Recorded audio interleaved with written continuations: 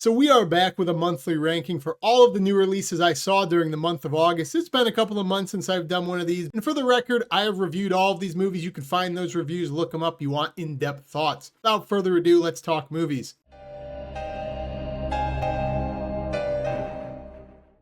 Surprisingly, coming in as my least favorite movie in the month of August was actually Nobody 2. Now, I really enjoyed the first Nobody. I saw that movie. I was kind of late to the party. I saw it on streaming. It didn't look very good, to be honest. Another John Wick clone with Bob Odenkirk, but I was pleasantly surprised how good it was. I understand the hype. But Nobody 2, I saw it in early screening and I just did not like the movie whatsoever. I don't really know why that movie needed to be made. You know, in hindsight, I think I gave it a higher review than I would have. I said it was an okay time, but found the movie to be pretty derivative, pretty repetitive. It just felt like a carbon copy of the first film, just worse in every way because we're spending time with his family and we're on this vacation again.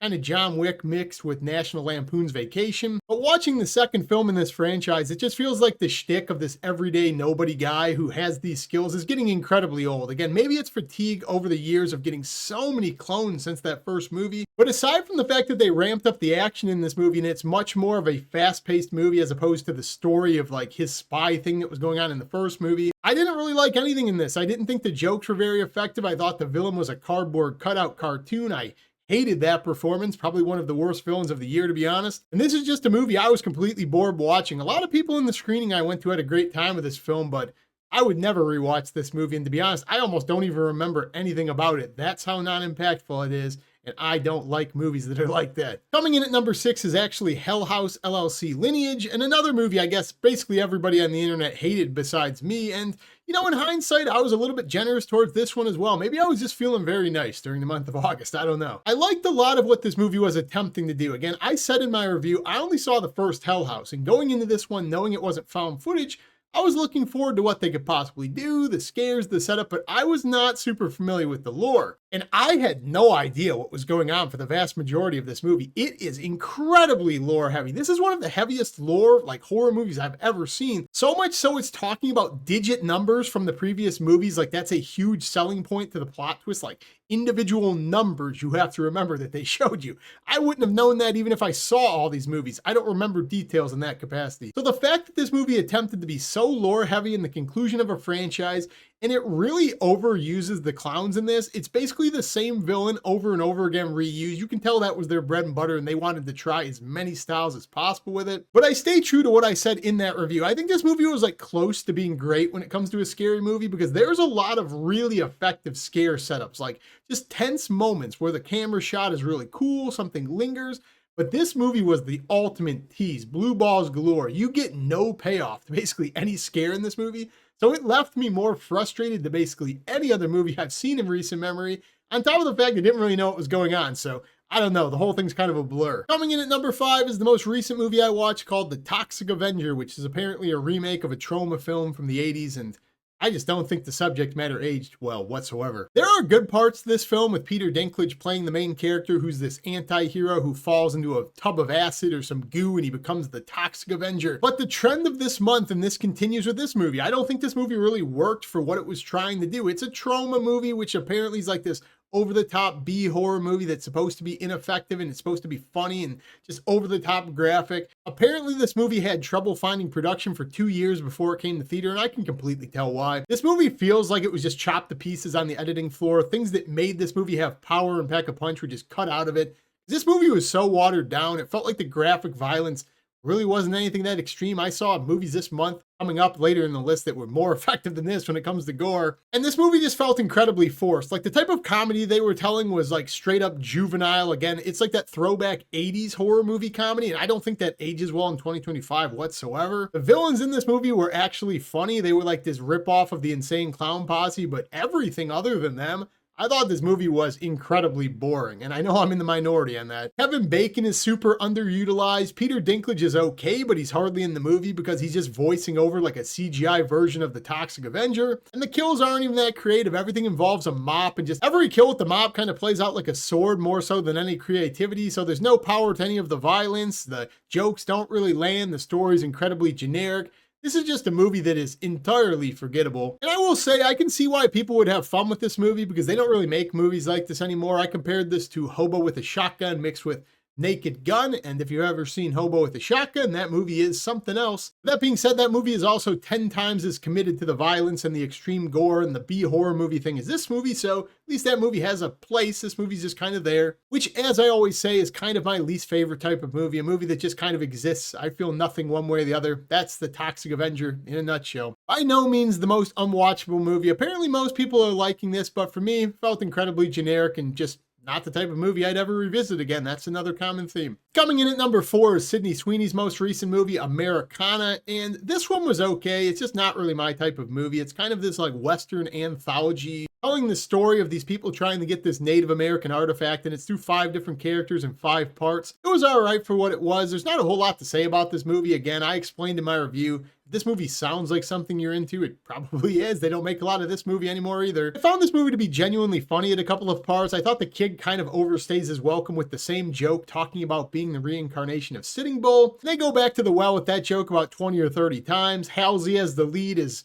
either a selling point to you or an absolute liability for me. She's easy on the eyes. I like your music. And she's surprisingly decent in this movie. Sydney Sweeney's not actually in this movie as much as you'd be led to believe by the poster, but I completely see why this movie flubbed at the box office. It had no marketing. It doesn't sound very interesting on paper. It's better than you'd probably think based on the lame poster and the trailer that didn't really say a whole lot or anything interesting. And maybe I was zombified during this month, or maybe that's just an August thing where you watch a movie, it goes in one ear, out the other, and you don't remember any details about it. But I don't remember a whole lot about this movie, and I saw it like 2 weeks ago, so that kind of tells you how forgettable it was, and it kind of tells you how forgettable this entire month has been, to be honest. Maybe the surprise of this list, coming in at number 3 this month, is actually Weapons. And if you watched either of my reviews, I was incredibly hard on this movie. The only reason this movie is up this high is because there are moments to this movie I genuinely loved. I've kind of liked discussion about it. I've liked learning some other people's theories about it. Whereas the movies below it on this list, I have not cared to think about whatsoever, especially the bottom 2. This one was a complete mixed bag, so much so I did one of my rare spoiler reviews where I talked about it scene for scene, what I liked, what I disliked, because there were genuinely parts of this movie I loved. I thought the parts with Josh Brolin and Julia Garner's character were fantastic. I thought they were some of the best of the year. I thought this movie was on the way to being an all-timer. I am a Barbarian fanboy. But then this movie decides to jump the shark and focus entirely on a cop and a junkie that have nothing to do with this story. They are boring, they add nothing to this story, and people talked about how tense this movie was. This movie was over 2 hours. I felt every minute of watching it. I checked my phone 5 times watching this. And maybe it's the fact that my expectations were incredibly high because it was my most anticipated movie of the year at the time I saw it. Coming from Barbarian, I thought this movie was a massive step down. I thought this movie was incredibly derivative when you get its reveal. Even if you think it's done well, we've seen the reveal 100 times, so the giant overarching mystery of what happened to these kids when they leave the class is explained, and it's something you've seen 20 times, which is a huge letdown, but I would be willing to forgive it if they executed it well, and I guess I'm in the minority for thinking they just really didn't, because the way they tell the story through 5 different characters, you just have certain characters you love spending time with, and then a couple of characters that serve absolutely no purpose to this story. Sure, if you want to talk about the continuity of it with the way they wrote it, those characters add something, but I think this movie is just a better movie if you remove the characters I didn't like, the cop and the junkie. If you would have written this movie to have 3 characters, Julia Garner's character, Josh Brolin's character, and then Alex, twice as good immediately. And you can critique that and say that's just preference and it's what I wanted as opposed to what we got, but I just think in my head and the way I visualize this story being told, we got a super ineffective version of the movie because it decides to lean way too heavy into comedy and introduce characters that have no central purpose to what I think makes this movie intriguing. The mystery, the scares, the suspense. These 2 characters are like cartoon characters that are just there for comedic relief, and I don't think they needed to be. I think the first 2 sections of this film with the teacher and Josh Brolin are legitimately scary. I think they're great. I think they're suspenseful.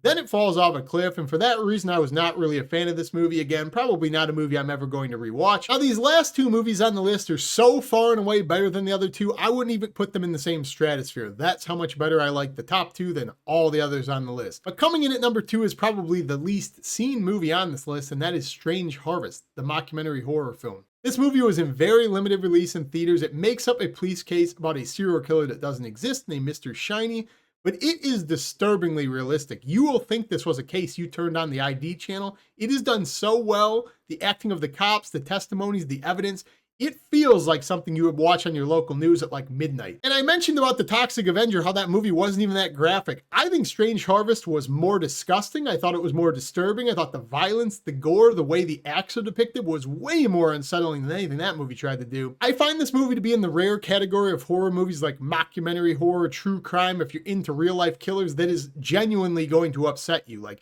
if you like those cases, you read true crime novels, check this movie out, Strange Harvest.